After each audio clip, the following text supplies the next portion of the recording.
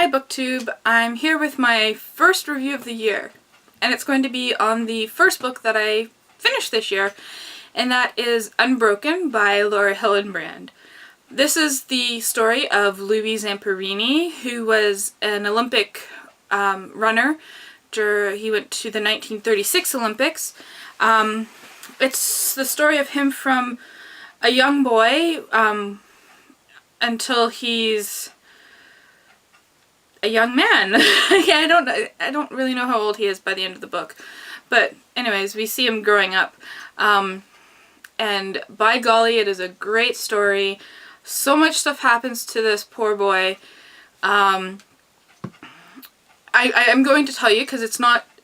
I think the story more so lies in how he develops as a person as opposed to the plots, you know, the events that happen to him.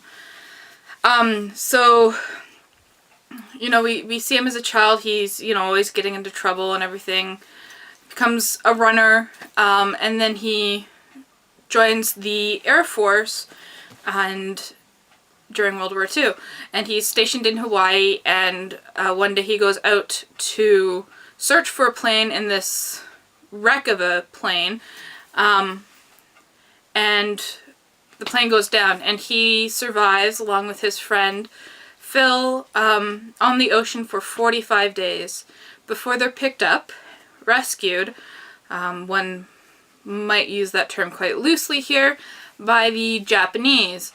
And then he's put in a camp, but it's not a POW camp per se. It's more of a slave labor type camp where they try and torture these people for information and get them to do all this labor and everything. And then eventually he gets rescued from there and goes home, and he has to deal with what I think anyone would have after going through all that, PTSD. And we know there was definitely not as much support back then as there is now for this terrible, terrible disease. And then his redemption afterwards. Yeah, so that's the basic plot. What I really liked about Laura Hillenbrand's writing was that she was able to infuse a lot of humor into these tragic situations. I think that had a lot also to do with the personality of Louis Zamperini, but the way that she wrote about certain things, it was, you know, I was laughing at certain situations. Even though there's people starving and everything, there's still funny things going on. And I thought this was, you know, it's not making fun of the situation, but it's maintaining that sense of human dignity, which is a very important theme throughout the story. I really like that, because this is a non-fiction about World War II. I mean, she could have inundated us with numbers, and there's one point where she does use a lot of numbers, but the way she goes about it is very good. It's, you know, it's interesting. It's not just like a page of numbers that you just kind of skim through and don't really care about.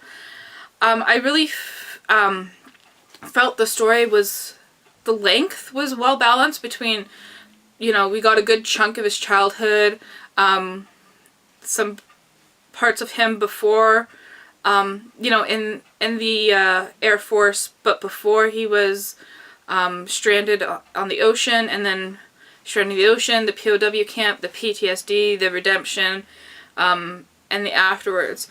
And she also eventually spent some time later on in the book talking about the villain. I guess he would be the Bird, is what they end up calling him. Explaining what happened to him after the war, and trying to get into his mindset and why he was like this, why he was so eager to hurt people. Yeah. And I really also appreciated the fact that this was a World War II novel about the Pacific Theater. I admit I don't know too much about that part of the war. You can ask me anything about the European front, and I've you know, I can come up with an answer there. I know a lot about it. But I think it's really important that we tend to concentrate during World War II on the Nazis and the Holocaust. And I'm not saying that's not horrible. That is, of course, horrendous what happened there. But we can't, that doesn't negate what happened over in Asia. What the atrocities that the Japanese at that time committed. If you're interested in knowing more about this, I suggest you look up The Rape of Nanking. It was a book by Iris Chang.